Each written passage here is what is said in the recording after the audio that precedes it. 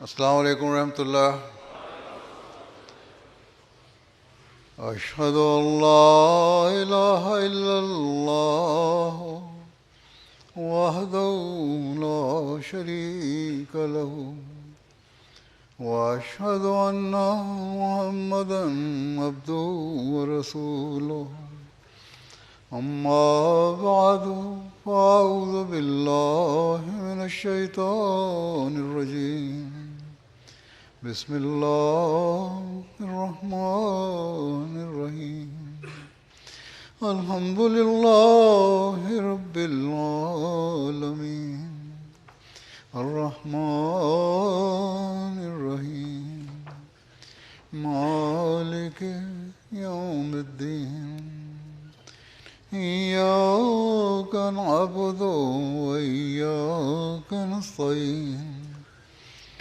اهدنا الصراط المستقيم صراط الذين أنعمت عليهم غير المغضوب عليهم ولا الضالين.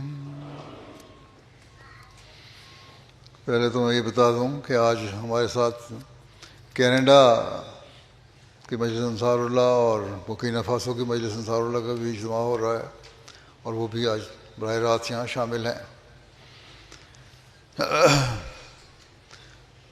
حضرت مسیح موعود علیہ الصلوۃ والسلام کی جماعت میں، یعنی جماعت احمدیہ میں، آپ یعنی انصار وہ لوگ ہیں جو اپنی عمر، سوچوں اور تجربے کے لحاظ سے انتہائی بلوغت کی عمر کو پہنچ چکے ہیں.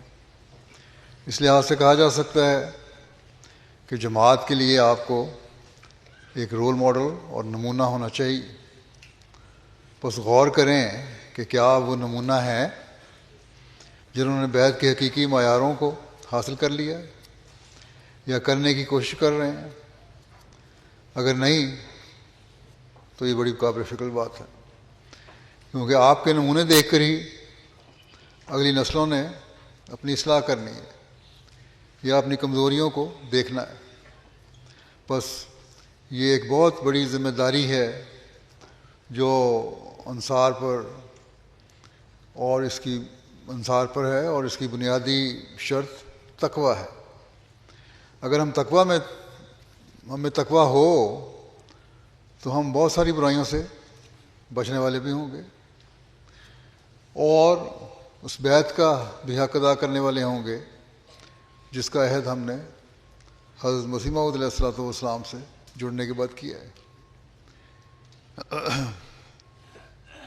اپنے عہد کو بھی نبھانے والے تبھی ہم ہوں گے. تقویٰ کے بارے میں حضرت مسیح موعود علیہ الصلوۃ والسلام فرماتے ہیں، تقویٰ اختیار کرو. تقویٰ ہر چیز کی جڑ ہے. تقویٰ کے معنی ہیں ہر ایک باریک در باریک گناہ سے بچنا. تقویٰ اس کو کہتے ہیں کہ جس عمر میں بدی کا شائبہ بھی ہو اسے بھی وہ نہ کرے. فرمایا دل کی مثال ایک بڑی نہر کی سی ہے جس میں سے اور چھوٹی چھوٹی نہریں نکلتی ہیں. دل کی نہر میں سے بھی چھوٹی چھوٹی نہریں نکلتی ہیں، مثلا زبان ہے یا اسی طرح کی باقی اعضاء ہیں. اگر چھوٹی نہر کا پانی خراب ہو اور گندا اور میلا ہو تو قیاس کیا جا سکتا ہے کہ بڑی نہر کا پانی بھی خراب ہوگا. بس اگر کسی کو دیکھو کہ اس کی زبان یا دست و پا وغیرہ میں سے کوئی عضو ناپاک ہے تو سمجھو کہ اس کا دل بھی ایسا ہی ہے، یعنی پاک نہیں ہو سکتا. بس یہ ہے وہ معیار تقویٰ کا جس کو ہمیں اپنے سامنے رکھنا چاہیے.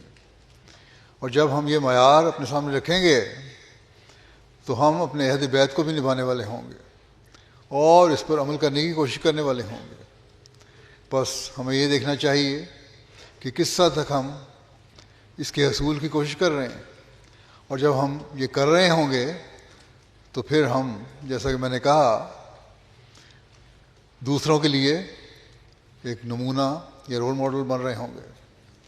حضرت مسیح علیہ الصلوۃ والسلام نے ہم سے جو بیعت لی اس میں بہت ساری شرائط تھیں، جن میں سے پہلی اور سب سے بڑی شرط ایک یہ تھی کہ شرک سے پرہیز کیا جائے۔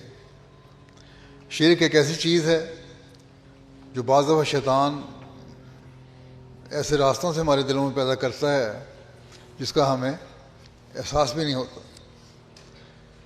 بس باریکی سے یہ جائزہ لینا چاہیے کہ ہم میں کسی بھی طرح کسی بھی قسم کے شرک ہم کسی بھی طرح کسی بھی قسم کے شرک میں مبتلا نہ ہوں۔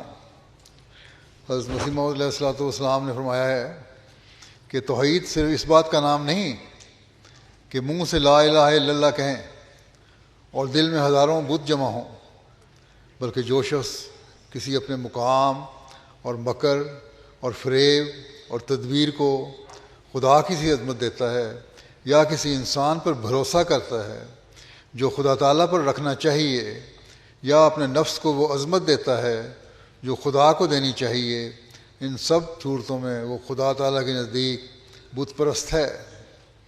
بت صرف وہی نہیں ہے جو سونے یا چاندی یا پیتل یا پتھر وغیرہ کے بنائے جاتے ہیں اور ان پر بھروسہ کیا جاتا ہے، بلکہ ہر ایک چیز یا قول یا فعل جس کو وہ عظمت دی جائے جو خدا تعالیٰ کا حق ہے، وہ خدا تعالیٰ کی نگاہ میں بت ہے۔ بس شرک کی یہ وہ باریک تعریف ہے جس کو ہمیں ہمیشہ اپنے سامنے رکھنا چاہیے اور اس پر غور کرنا چاہیے۔ آج کل کی دنیا میں اس کے ماحول میں ملوث ہو کر اور دنیا کی فکروں میں ڈوب کر ہم بہت ساری ایسی باتیں کر جاتے ہیں جو مخفی شرک کہلاتی ہیں۔ بس ہر ایک احمدی کو عمومی طور پر اور ہر ناصر کو خاص طور پر توجہ دینے کی ضرورت ہے، کیونکہ ان کی عمر ایسی ہے جہاں وہ اپنی عمر کے بڑھنے کے ساتھ ساتھ اپنے عمر کے آخری حصے میں شامل ہو رہے ہیں، داخل ہو رہے ہیں، جس کے بعد پھر اگلا جہان ہی ہے۔ اس لیے ہمیشہ غور کریں کہ کیا ہم ہر طرح کے مخفی شرک سے پاک ہیں، کیا ہمارا ہر عمل اور فعل خدا تعالیٰ کی رضا کے مطابق ہے، کیا ہر عمل ہمارا تقویٰ پر چلنے والا ہے۔ بس یہ بنیادی چیز ہے جس کو ہمیشہ سامنے رکھنا چاہیے۔ پھر آپ نے بیعت کرنے والوں کو یہ بھی فرمایا کہ جھوٹ سے بچنا ہے۔ جھوٹ ایک بہت بڑی برائی ہے۔ اللہ تعالیٰ قرآن کریم میں فرماتا ہے کہ فاجتنبوا الرجس من الاوثان واجتنبوا قول الزور، یعنی بتوں کی پلیدی سے اعتراض کرو اور جھوٹ کہنے سے بچو۔ ایک حدیث میں آتا ہے حضرت صلی اللہ علیہ وسلم نے فرمایا 4 باتیں ایسی ہیں جس میں پائی جائیں وہ خالص منافق ہے، اور اگر اس میں نفاق کی ایک خصلت بھی پائی جائے یہاں تک کہ وہ اسے چھوڑ دے تو پھر ہی وہ نفاق سے پاک ہوگا۔ اور 4 باتیں یہ ہیں۔ نمبر 1 کہ جب وہ گفتگو کرتا ہے تو کس بیانی سے کام لیتا ہے، یعنی اپنی باتوں میں جھوٹ ملا رہا ہوتا ہے۔ جب معاہدہ کرتا ہے تو غداری کا مرتکب ہوتا ہے۔ بہت سارے لوگ خود جائزہ لیں کہ ہم کتنے معاہدے کرتے ہیں اور پھر ان پر عمل نہیں کر رہے ہوتے، مقدمے چل رہے ہوتے ہیں۔ تیسری بات کہ جب وعدہ کرتا ہے تو وعدہ خلافی کرتا ہے، یہ بھی جھوٹ کی قسم ہے۔ ایک تو پہلے معاہدے ہو گئے جو تحریری معاہدے ہو رہے ہوتے ہیں، کاروباری معاہدے ہو رہے ہوتے ہیں، تجارتوں میں ہوتے ہیں یا اور بعض معاملات میں ہوتے ہیں، اور بعض وعدے انسان کر رہا ہوتا ہے جو بظاہر معمولی ہوں لیکن بہت اہم ہیں۔ دونوں ہی ایسی چیزیں ہیں جو منافقت کی طرف لے جاتی ہیں۔ پھر فرمایا کہ جب جھگڑتا ہے تو گالی گلوچ سے کام لیتا ہے۔ چوتھی بات یہ، ان ساری باتوں کا تعلق جھوٹ سے ہے۔ جھوٹا انسان ہی ہے جو اس قسم کی حرکتیں کر رہا ہوتا ہے۔ بس ہمیں باریک سے باریک باتوں میں بھی سچائی کی تلاش کرنی چاہیے، باریک سے باریک رنگ میں سچائی کی تلاش کرنی چاہیے۔ ایک روایت میں آتا ہے کہ حضرت صلی اللہ علیہ وسلم نے فرمایا سچائی نیکی کی طرف رہنمائی کرتی ہے اور نیکی جنت کی طرف رہنمائی کرتی ہے۔ جھوٹ سے بچو، کیونکہ جھوٹ نافرمانی کی طرف لے جاتا ہے اور نافرمانی جہنم تک پہنچا دیتی ہے۔ حضرت مسیح علیہ السلام نے بھی فرمایا کہ قرآن شریف نے جھوٹ کو ایک نجاست اور رجس قرار دیا ہے، جیسا کہ فرمایا جو میں نے ابھی آیت پڑھی بھی تھی کہ فاجتنبوا الرجس من الاوثان واجتنبوا قول الزور۔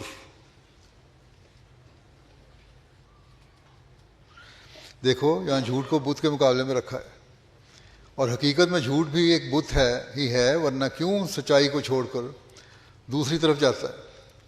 جیسے بت کے نیچے کوئی حقیقت نہیں ہوتی، اسی طرح جھوٹ کے نیچے بجز لمسازی کے اور کچھ بھی نہیں ہوتا۔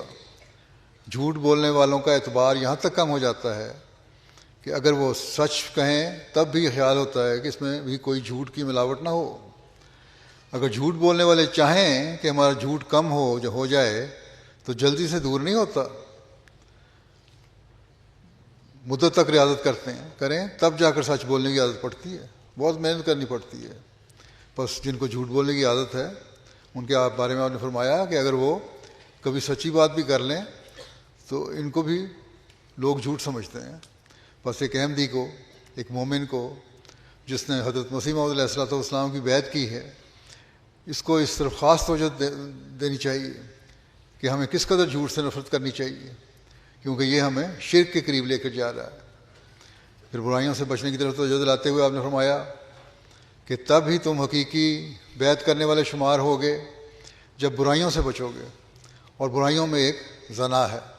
اس کے بارے میں کہ زنا کی تعریف کیا ہے، حضرت مسیح علیہ السلام فرماتے ہیں کہ زنا کے قریب مت جاؤ، یعنی ایسی تقریبوں سے دور رہو جن سے دل میں یہ خیال بھی پیدا ہو سکتا ہو، اور ان راہوں کو اختیار نہ کرو جن سے اس گناہ کے وقوع کا اندیشہ ہو۔ جو زنا کرتا ہے وہ بدی کو انتہا تک پہنچا دیتا ہے۔ زنا کی راہ بہت بری ہے، یعنی منزل مقصود سے روکتی ہے اور تمہاری آخری منزل کے لیے سخت خطرناک ہے۔ بس یہ ایک معیار ہے جسے انصار کو حاصل کرنا چاہیے، کیونکہ اگر ہمارے اندر کوئی برائی ہوگی، انصار کی عمر کو پہنچنے والوں کے اندر کوئی برائی ہوگی، تو اگلی نسل میں بھی برائیاں پیدا ہوتی جائیں گی۔ بس انصار کی ایک بہت بڑی ذمہ داری ہے کہ ایک عمر کے بعد تو اس طرح خیال نہیں آتے، لیکن 40 سے 60 سال تک کی عمر کے جو انصار ہیں وہ بعض برائیوں میں ملوث ہو جاتے ہیں، اس لیے انہیں اپنی حالتوں کی طرف نظر رکھنی چاہیے، اور فرمایا کہ ان باتوں سے دور رہو جس سے خیال بھی پیدا ہو سکتا ہو۔ اور آج کل بہت ساری شکایات آتی ہیں، لوگوں کی بیویوں کی طرف سے شکایات آتی ہیں کہ انصار کی عمر کو پہنچ چکے ہیں لیکن ٹی وی پروگراموں میں یا انٹرنیٹ پر ایسے غلط پروگرام دیکھتے ہیں جو برائیوں کی طرف لے جانے والے ہیں، جو ایک قسم کا زنا ہی ہے۔ بس اس سے بھی بچنے کی ہر ایک کو کوشش کرنی چاہیے۔ اگر 5-10% بھی ہمارے اندر ایسے لوگ ہیں تو وہ بھی ایک بہت خطرناک نسبت ہے جس سے ہمیں بچنا چاہیے۔ اسی طرح بد نظری سے بچنے کے لیے آپ نے فرمایا کہ بد نظری سے بھی بچنا چاہیے، یہ بھی تمہارے احمدی ہونے کے لیے ایک شرط ہے۔ حضرت مسیح علیہ السلام نے فرمایا کہ قرآن شریف نے جو کہ انسان کی فطرت کے تقاضوں اور کمزوریوں کو مد نظر رکھ کر حسب حال تعلیم دیتا ہے، کیا عمدہ مسلک اختیار کیا ہے۔ فرمایا کہ قل للمؤمنین یغضوا من ابصارہم ویحفظوا فروجہم ذالک ازکی لہم، کہ تو ایمان والوں کو کہہ دے کہ وہ اپنی نگاہوں کو نیچے رکھیں اور اپنے سوراخوں کی حفاظت کریں، یہ وہ عمل ہے جس سے ان کے نفوس کا تزکیہ ہوگا۔ فروج سے مراد صرف شرمگاہیں نہیں بلکہ ہر سوراخ ہے جس میں کان وغیرہ بھی شامل ہیں، اور ان میں اس امر کی مخالفت کی گئی ہے کہ غیر محرم عورتوں کا راگ وغیرہ بھی سنا جائے۔ پھر یاد رکھو کہ ہزاروں غلط قسم کے گانے جو سنتے ہیں کہ ہزاروں ہزار تجارب سے یہ بات ثابت شدہ ہے کہ جن باتوں سے اللہ روکتا ہے آخرکار انسان کو ان سے رکنا ہی پڑتا ہے، اگر نہیں رکے گا تو پھر برائیوں میں مبتلا ہوگا۔ بس اس بات کو بہت غور کرنے اور سمجھنے کی ضرورت ہے، کیونکہ ہمارے نمونے ہی پھر اگلی نسلوں میں قائم ہونے ہیں۔ پھر آپ نے ایک احمدی کے لیے یہ شرط بھی قرار دی کہ وہ فسق و فجور سے بچے گا، اور فسق ایک بہت بڑا گناہ ہے۔ حضرت صلی اللہ علیہ وسلم سے فسق کے بارے میں پوچھا گیا تو آپ نے فرمایا کہ فاسق دوزخی ہے۔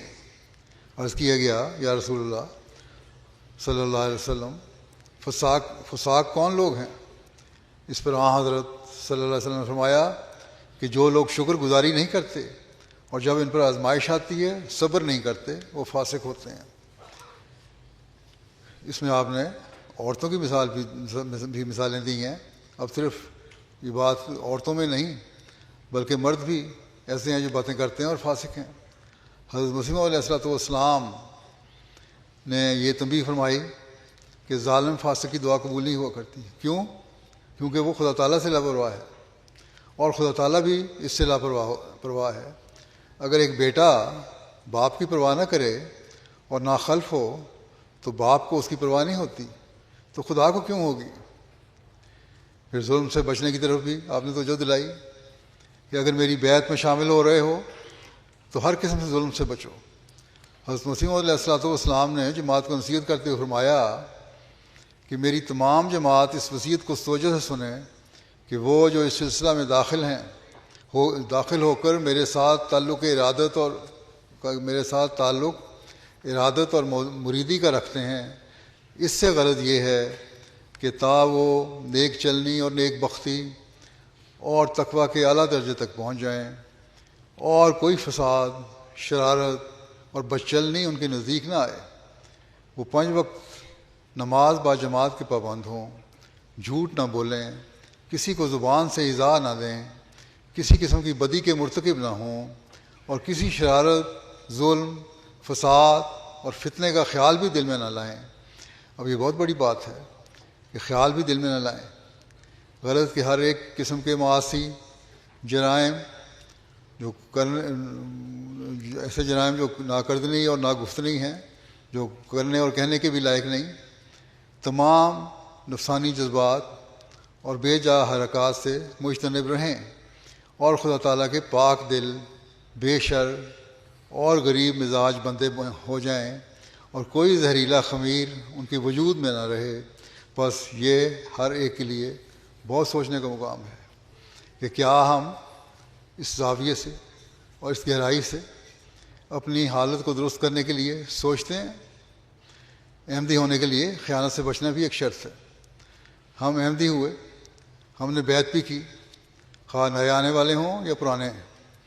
ہم بیعت کرتے ہیں اور شرائط بیعت کے پابند رہنے کا عہد کرتے ہیں۔ ان شرائط میں بہت ساری چیزیں ہیں جن کو ہمیشہ اپنے سامنے رکھنا چاہیے۔ اس میں ایک چیز یہ بھی ہے کہ خیانت نہیں کرنی۔ حضرت مسیح علیہ السلام خیانت کے حوالے سے فرماتے ہیں کہ ترک شر کی اقسام میں سے ایک خلق ہے جس کو ایمانت و دیانت کہتے ہیں، یعنی دوسرے کے مال پر شرارت اور بدنیتی سے قبضہ کر کے اس کو ایذا پہنچانے پر راضی نہ ہونا۔ یعنی ایمانت و دیانت یہ ہے کہ کسی کی چیز پر قبضہ نہیں کرنا ناجائز۔ سو واضح ہو کہ دیانت اور ایمانت انسان کی طبعی حالتوں میں سے ایک حالت ہے۔ اسی واسطے ایک بچہ شیرخوار بھی جو وجہ اپنی کم سنی اور طبعی سادگی پر ہوتا ہے اور نیز باعث فکر سنی ابھی بری عادتوں کا عادی نہیں ہوتا، اس قدر غیر کی چیز سے نفرت رکھتا ہے کہ غیر عورت کا دودھ بھی وہ مشکل سے پیتا ہے۔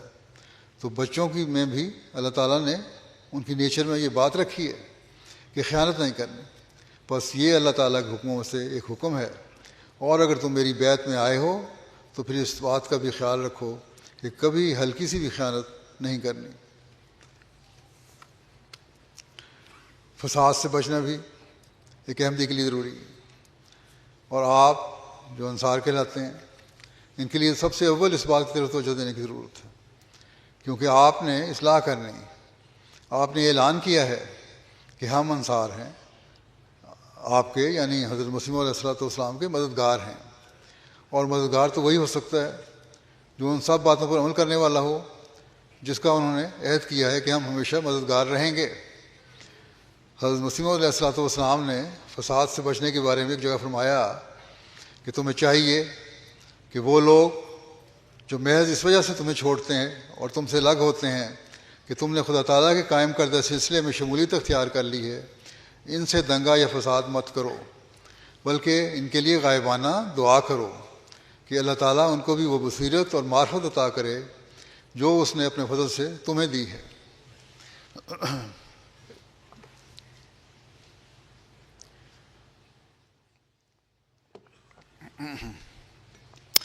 تم اپنے پاک نمونے اور چال چلن سے ثابت کر دکھاؤ کہ تم نے اچھی راہ اختیار کی ہے۔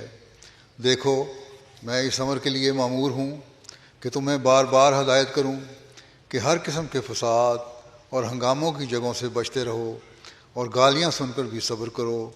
بدی کا جواب نیکی سے دو، اور کوئی فساد کرنے پر آمادہ ہو تو بہتر ہے کہ تم ایسی جگہ سے کھسک جاؤ اور نرمی سے جواب دو۔ بس یہ نمونہ دکھانے کے لیے ضروری ہے کہ اس سے سختی سے بچایا جائے، اور اس کے لیے ہمیں اپنے مخالفین کے لیے بھی دعا کرنی چاہیے۔ صرف بچنا نہیں بلکہ دعا بھی ضروری ہے۔ پھر ایک احمدی ہونے کے لیے، اور خاص طور پر آپ انصار اللہ یا ان احمدیوں کے لیے جنہوں نے دنیا کی تربیت کرنی ہے اور اپنی نسلوں کی تربیت کرنی ہے، یہ بہت ضروری ہے کہ ہر قسم کے بغاوت کے طریقوں سے بچا جائے۔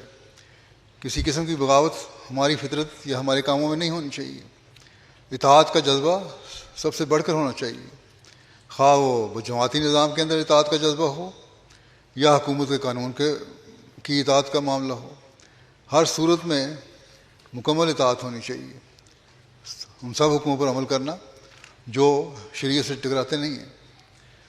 حکومت کے قانون میں نفسانی جوشوں سے مغلوب نہ ہونا بھی ایک بنیادی بات ہے جس کو ایک احمدی کو اپنے سامنے رکھنا چاہیے۔ اور خاص طور پر آپ جو یہ اعلان کرتے ہیں کہ ہم مسیح موعود علیہ السلام کے مددگار ہیں، ہم انصار اللہ ہیں، آپ کو تو خاص طور پر ان باتوں کا خیال رکھنا چاہیے کہ کبھی ایسی حرکت نہیں کرنی چاہیے جن سے نفسانی جوشوں کا اظہار ہو۔ دیکھیں، جائزہ لیں، کیا یہ معیار آپ کے اندر قائم ہیں؟ اگر نہیں تو پھر ہمیں اس طرف بہت توجہ کی ضرورت ہے۔ پھر بہت بڑی اور بنیادی چیز ایک احمدی کے لیے خاص طور پر یہ ہے کہ 5 وقت کی نمازیں اللہ تعالیٰ اور اس کے رسول کے حکم کے مطابق ادا کرنی ہیں۔ اس کا ہم نے وعدہ کیا کہ ہم بیت میں آئے ہیں تو ہم یہ کریں گے، اور ہم جو انصار ہیں ہم تو خاص طور پر یہ کریں گے کیونکہ ہم نے مددگار بننے کا اعلان کیا ہے تاکہ یہ پیغام دنیا کو پہنچا سکیں اور پھیلائیں اور اپنی اور اپنی نسلوں کی تربیت بھی کر سکیں۔ اسی طرح صرف 5 نمازیں نہیں بلکہ آپ نے فرمایا کہ تہجد کی طرف بھی توجہ دو۔ حضرت صلی اللہ علیہ وسلم نے فرمایا کہ نماز کو چھوڑنا انسان کو شرک اور کفر کے قریب کر دیتا ہے۔ بس دیکھ لیں، جائزہ لے لیں، بعضوں سے پوچھا جائے تو کہتے ہیں جی 4 نمازیں پڑھتے ہیں، 5ویں نماز نہیں پڑھی جاتی، میرے سامنے ہی آ کے اعتراف کرتے ہیں۔ تو حضرت صلی اللہ علیہ وسلم نے فرمایا ہے کہ جو نماز کو چھوڑتا ہے وہ کفر اور شرک کے قریب ہو جاتا ہے۔ ہمیں جائزہ لینا چاہیے کہ کیا ہم نمازیں چھوڑ کر اللہ تعالیٰ کے اور رسول صلی اللہ علیہ وسلم کے اس انذار کی لپیٹ میں تو نہیں آ رہے؟ بس بہت خوف کا مقام ہے۔ حضرت صلی اللہ علیہ وسلم نے فرمایا کہ قیامت کے دن سب سے پہلے جس چیز کا بندوں سے حساب لیا جائے گا وہ نماز ہے۔ اگر یہ حساب ٹھیک رہا تو کامیاب ہو گیا اور نجات پا لی، اور اگر یہ حساب خراب ہوا تو وہ ناکام ہو گیا اور گھاٹے میں رہا۔ حضرت مسیح موعود علیہ السلام نے ہم سے کیا امیدیں رکھی ہیں اور آپ ہم سے کیا چاہتے ہیں؟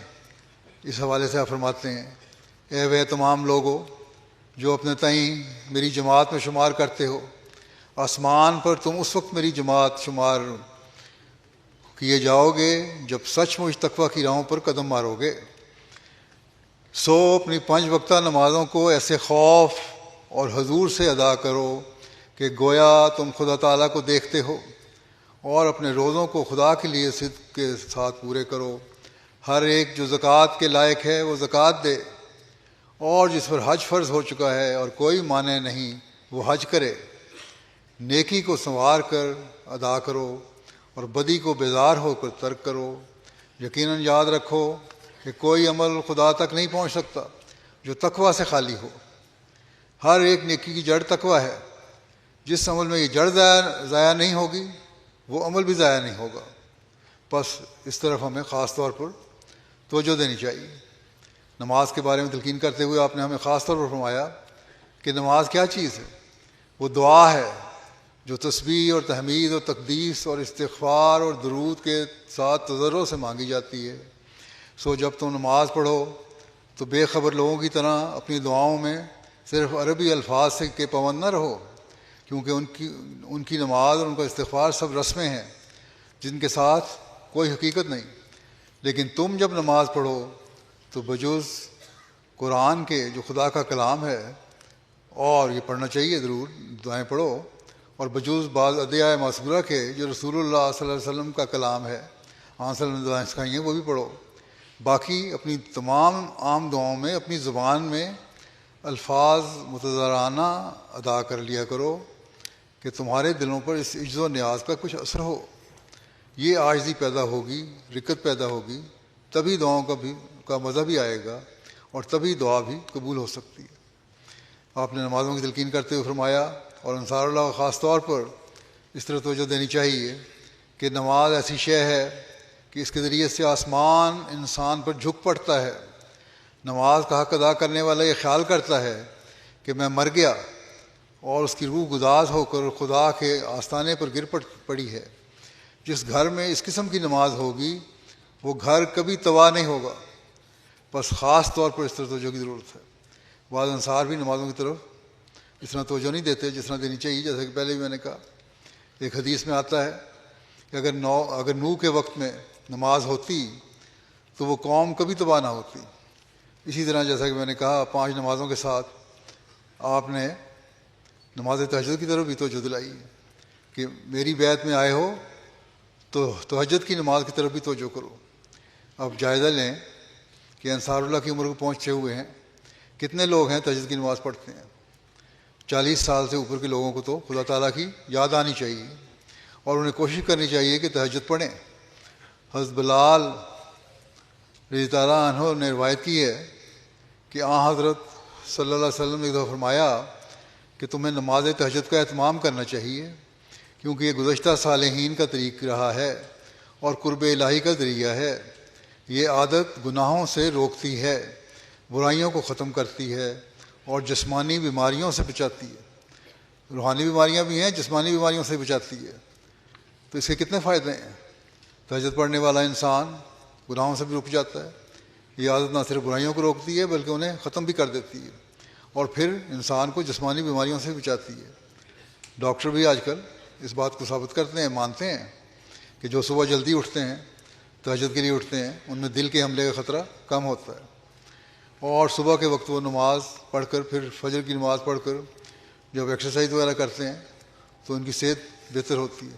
عمر تو اللہ تعالیٰ نے جتنی دینی ہے اس کو انسان کو دینی ہے، لیکن کم از کم جو زندگی ہے وہ صحت مند زندگی ہوتی ہے. حضرت مسیح موعود علیہ الصلوۃ والسلام ہم سے کیا چاہتے ہیں؟ آپ نے فرمایا کہ ہماری جماعت کو چاہیے کہ وہ تہجد کی نماز کو لازم کر لیں، جو زیادہ نہیں وہ 2 ہی رکعت پڑھ لیں، کیونکہ اس کو دعا کرنے کا موقع بہرحال مل جائے گا. اس وقت کی دعاؤں میں ایک خاص تاثیر ہوتی ہے، کیونکہ وہ سچے درد اور جوش سے نکلتی ہے. جب تک ایک خاص سوز اور درد دل میں نہ ہو، اس وقت تک ایک شخص خواب راحت سے بیدار کیسے ہو سکتا ہے؟ آرام سے سویا ہوا شخص کس طرح اٹھ سکتا ہے؟ درد ہوگا تبھی اٹھے گا، اور جب درد ہوگا اللہ تعالیٰ سے مانگے گا تو پھر اللہ تعالیٰ قبول بھی کرتا ہے. بس اس وقت کا اٹھنا ہی ایک درد پیدا کر دیتا ہے، جس سے دعا میں رقت اور اضطراب کی کیفیت پیدا ہو جاتی ہے، اور یہی اضطراب اور اضطرار قبولیت دعا کا موجب ہو جاتے ہیں. نیکی کے راستوں پر چلنے کے لیے بھی یہ ضروری ہے. اس بارے میں بھی فرمایا کہ راتوں کو اٹھو اور دعا کرو کہ اللہ تعالیٰ تم کو اپنی راہ دکھلائے. حضرت صلی اللہ علیہ وسلم کے صحابہ کی مثال آپ نے دی کہ وہ پہلے کیا تھے، لیکن جب انہوں نے یہ باتیں شروع کر دیں اور راتوں کو اٹھنا شروع کر دیا تو وہ کہاں سے کہاں پہنچ گئے. بس انصار اللہ بننے کے لیے ضروری ہے کہ یہ طریقہ بھی اختیار کیا جائے. اسی طرح درود بھیجنے کی طرف توجہ کرنی چاہیے. اس طرح میں نے خاص طور پر توجہ بھی دلائی ہوئی ہے. آج کل کے جو حالات دنیا کے ہیں، اس کے لیے بھی ضروری ہے کہ ہم اللہ تعالیٰ کی طرف رجوع کریں اور درود بھیجنے کی طرف خاص توجہ کریں۔ اللہ تعالیٰ قرآن کریم میں بھی فرماتا ہے کہ ان اللہ و ملائکتہ یصلون علی النبی یا ایھا الذین آمنوا صلوا علیہ وسلموا تسلیما، یعنی یقیناً اللہ تعالیٰ اور اس کے فرشتے نبی پر رحمت اور درود بھیجتے ہیں۔ اے وہ لوگوں جو ایمان لائے ہو، تم بھی اس پر درود اور خوب خوب سلام بھیجو۔ حضرت عبداللہ رضی اللہ عنہ نے روایت کی ہے کہ حضرت صلی اللہ علیہ وسلم نے فرمایا، جب تم مؤذن کو اذان دیتے ہوئے سنو تو تم بھی وہی الفاظ دہراؤ جو وہ کہتا ہے، پھر مجھ پر درود بھیجو۔ جس شخص نے مجھ پر درود پڑھا، اللہ تعالیٰ اس پر 10 گنا رحمت نازل فرمائے گا۔ بس درود کی طرف خاص طور پر توجہ دیں، اور جیسا کہ میں نے کہا آج کل کے حالات میں درود کی طرف خاص توجہ دینی چاہیے، اسی سے ہم ان مشکل حالات سے گزر سکتے ہیں۔ آج کل دنیا جن باتوں میں ڈوبی ہوئی ہے اور تباہی کی طرف جا رہی ہے، اس تباہی سے بچنے کے لیے بھی ضروری ہے کہ ہم درود پڑھیں اور پھر دعائیں کریں، تو اللہ تعالیٰ ہماری دعائیں سنے گا، کیونکہ حضرت صلی اللہ علیہ وسلم کا یہ بھی ارشاد ہے، حضرت عمر رضی اللہ عنہ نے اس بات کو اس طرح بیان فرمایا ہے کہ دعا آسمان اور زمین کے درمیان ٹھہر جاتی ہے جب تک اپنے نبی صلی اللہ علیہ وسلم پر درود نہ بھیجا جائے۔ اس میں سے کوئی حصہ بھی خدا تعالیٰ کے حضور پیش نہیں کیا جاتا، اوپر نہیں جاتا۔ حضرت مسیح علیہ الصلوۃ والسلام فرماتے ہیں کہ انسان دراصل بندہ یعنی غلام ہے۔ غلام کا کام یہ ہوتا ہے کہ مالک جو حکم کرے اسے قبول کرے۔ اسی طرح اگر تم چاہتے ہو کہ حضرت صلی اللہ علیہ وسلم کے فیض حاصل کرو تو ضرور ہے کہ اس کے غلام ہو جاؤ۔ قرآن کریم میں خدا تعالیٰ فرماتا ہے کہ قل یا عبادی الذین اسرفوا علی انفسہم، یعنی تو کہہ دے اے میرے بندوں جنہوں نے اپنی جانوں پر زیادتی کی ہے۔ اس جگہ بندوں سے مراد غلام ہی ہیں، نہ کہ مخلوق۔ رسول کریم صلی اللہ علیہ وسلم کے بندہ ہونے کے واسطے ضروری ہے کہ آپ پر درود پڑھو اور آپ کے کسی حکم کی نافرمانی نہ کرو، اور درود بھی پڑھو اور نافرمانی بھی نہ کرو۔ یہ نہیں کہ درود پڑھ لیا تو باقی حکموں پر عمل نہ کرو، نہیں، بلکہ اللہ اور اس رسول کے حکموں پر عمل کرنا بھی ضروری ہے۔ پھر یہ درود جو پڑھا جائے گا یہ ان برکات کا حامل ہوگا جس سے انسان جو بھی دعائیں کرے گا وہ اللہ تعالیٰ تک پہنچیں گی۔ پھر ایک احمدی کے لیے یہ بھی ضروری ہے کہ وہ باقاعدگی سے استغفار کرے۔ میں نے اس طرح بھی کئی مہینے پہلے توجہ دلائی تھی کہ ہمیں خاص طور پر اس طرح توجہ دینی چاہیے، درود کے ساتھ استغفار بھی پڑھنا چاہیے، اور انصار کو اس کے لیے ایک نمونہ بننا چاہیے، بلکہ مہم چلانی چاہیے کہ نہ صرف انصار بلکہ گھروں میں بھی درود اور استغفار کی طرف زیادہ توجہ پیدا ہو۔ حضرت صلی اللہ علیہ وسلم نے فرمایا کہ جو شخص استغفار کو چمٹا رہتا ہے، یعنی استغفار مستقل کرتا رہتا ہے، اللہ تعالیٰ اس کے لیے ہر تنگی سے نکلنے کی راہ بنا دیتا ہے، اور اس کی ہر مشکل سے اس کو کشائش کی راہ پیدا کر دیتا ہے، اور اسے ان راہوں سے رزق عطا کرتا ہے جس کا وہ تصور بھی نہیں کر سکتا۔ حضرت مسیح علیہ الصلوۃ والسلام فرماتے ہیں کہ جب خدا سے طاقت طلب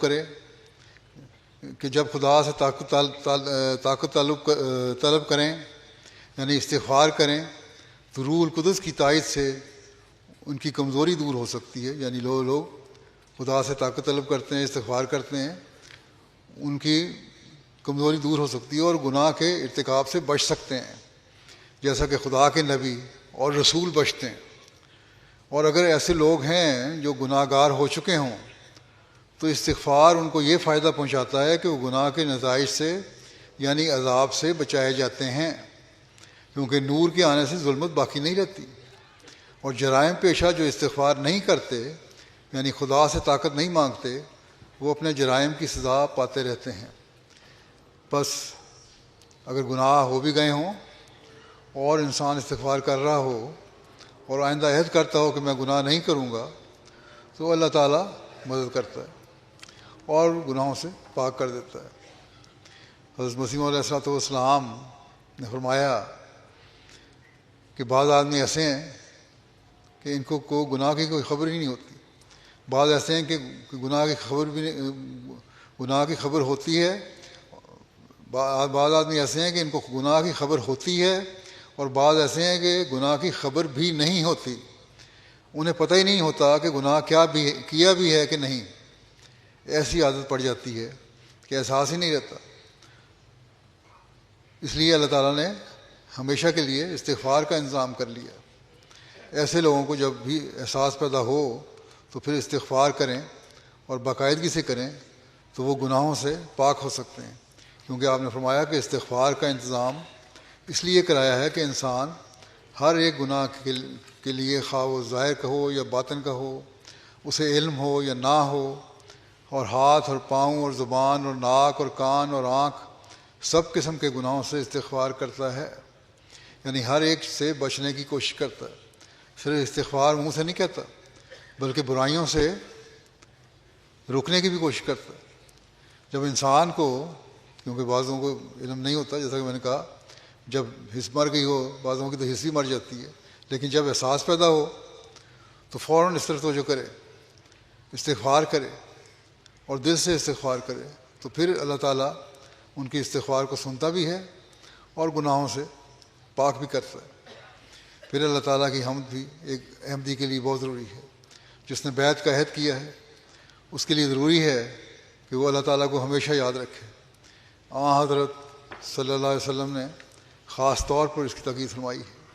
آپ فرماتے ہیں کہ ہر اہم کام اگر خدا تعالیٰ کی حمد کے بغیر شروع کیا جائے تو وہ ناقص رہتا ہے.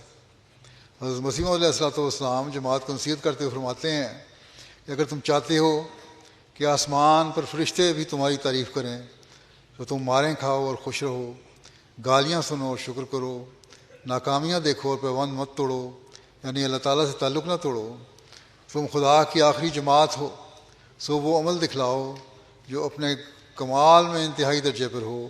ہر ایک جو تم میں سست ہو جائے گا وہ گندی چیز کی طرح جماعت سے باہر پھینک دیا جائے گا اور حسرت سے مرے گا اور خدا کا کچھ نہ بگاڑ سکے گا. دیکھو، میں بہت خوشی سے خبر دیتا ہوں کہ تمہارا خدا در حقیقت موجود ہے، اگرچہ سب اس کی مخلوق ہے، لیکن وہ اس شخص کو چن لیتا ہے جو اس کو چنتا ہے. وہ اس کے پاس آ جاتا ہے جو اس کے پاس جاتا ہے. جو اس کو عزت دیتا ہے وہ اس کو عزت دیتا ہے. تم اپنے دلوں کو سیدھا کر کے اور زبانوں اور آنکھوں اور کانوں کو پاک کر کے اس کی طرف آ جاؤ کہ وہ تمہیں قبول کرے گا. آپ نے فرمایا کہ اس کے لیے اللہ تعالیٰ کی شکر گزاری بھی کرنی چاہیے اور اپنے ایمانوں کو قائم رکھنے کے لیے دعا بھی کرنی چاہیے اور اللہ تعالیٰ کی تعریف اور حمد بھی کرنی چاہیے. پھر ایک احمدی کے لیے، بیعت کرنے والے کے لیے، بیعت کا حق ادا کرنے والے کے لیے یہ ضروری ہے کہ وہ مخلوق کی خدمت کرے اور ان کو تکلیفوں سے بچائے. صرف یہ نہیں کہ تکلیف دی نہ جائے بلکہ تکلیفوں سے بچانا ضروری ہے، اور مسلمانوں کو خاص طور پر تکلیفوں سے بچانا چاہیے. آج کل دنیا کے جو حالات ہیں، خاص طور پر مسلمان دنیا کے، یہ بھی اس بات کا تقاضا کرتے ہیں اور ان کی ہمدردی یہ چاہتی ہے اور بیعت کی شرط بھی یہ تقاضا کر رہی ہے کہ ہم ان کے لیے دعائیں کریں کہ اللہ تعالیٰ ان پر رحم کرے، اور یہ جو تکلیفوں میں مبتلا ہیں ان کو اللہ تعالیٰ تکلیفوں سے نکالے اور یہ راستے کی طرف چلنے والے ہوں اور زمانے کے امام کو ماننے والے ہوں، تاکہ ان کی دنیاوی تکلیفیں بھی ختم ہوں اور آخرت میں بھی اللہ تعالیٰ کے حضور سرخرو ہونے والے بن جائیں. بس اس طرف خاص توجہ دینی چاہیے اور اس کے لیے دعا کرنی چاہیے. پھر یہ بھی ایک بہت بڑا وصف ہے اور اس کا ہم عہد بھی کرتے ہیں کہ ہم عاجزی اور انکساری اپنائیں گے. حضرت مسیح علیہ السلام فرماتے ہیں، اے دوستو، اس اصول کو محکم پکڑو، ہر ایک قوم کے ساتھ نرمی سے پیش آؤ. نرمی سے عقل بڑھتی ہے اور بردباری سے گہرے خیال پیدا ہوتے ہیں، اور جو شخص یہ طریق اختیار نہ کرے وہ ہم میں سے نہیں. اگر کوئی ہماری جماعت میں سے مخالفوں کی گالیوں اور سخت گوئی پر صبر نہ کرے تو اس کا اختیار ہے کہ عدالت کی روح سے چارہ جوئی کرے، مگر یہ مناسب نہیں کہ سختی کے مقابل سختی کر کے کسی مفسدہ کو پیدا کرے. یہ تو وہ وصیت ہے جو ہم نے اپنی جماعت کو کر دی اور ہم ایسے شخص سے بیزار ہیں اور اس کو اپنی جماعت سے خارج کرتے ہیں جو اس پر عمل نہیں کرتا. بس یہ بہت اہم چیز ہے.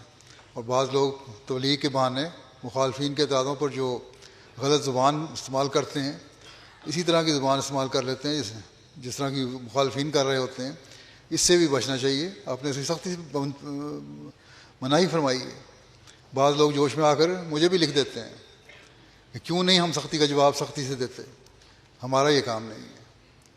ہمارا تو کام ہے حکمت سے، دانائی سے، اللہ تعالیٰ کی رضا چاہتے ہوئے اس کا جواب دیں، اور اس طریق پر چلتے ہوئے جواب دیں، اور اس ہدایت پر چلتے ہوئے جواب دیں جو حضرت مسیح علیہ الصلوۃ والسلام نے ہمیں فرمائی ہے. نہیں تو یہ کوئی تبلیغ نہیں ہے کہ گالیوں کا جواب گالیوں سے دیا جائے. ہماری طرف سے نرمی بھی ہونی چاہیے، عاجزی اور انکساری بھی ہونی چاہیے. حضرت مسیح علیہ الصلوۃ والسلام نے اس طرف بہت توجہ دلائی ہے کہ عاجزی کس طرح پیدا کرو. آپ نے فرمایا اس سے پیشتر کہ عذاب الہی آ کر توبہ کا دروازہ بند کر دے، توبہ کرو. جبکہ دنیا کے قانون سے اس قدر ڈر پیدا ہوتا ہے تو کیا وجہ ہے کہ خدا تعالیٰ کے قانون سے نہ ڈریں. آپ نے فرمایا کہ چاہیے کہ ہر ایک شخص تہجد میں اٹھنے کی کوشش کرے اور 5 وقت کی نمازوں میں بھی قنوت ملا دیں. ہر ایک خدا کو ناراض کرنے والی بات سے توبہ کریں.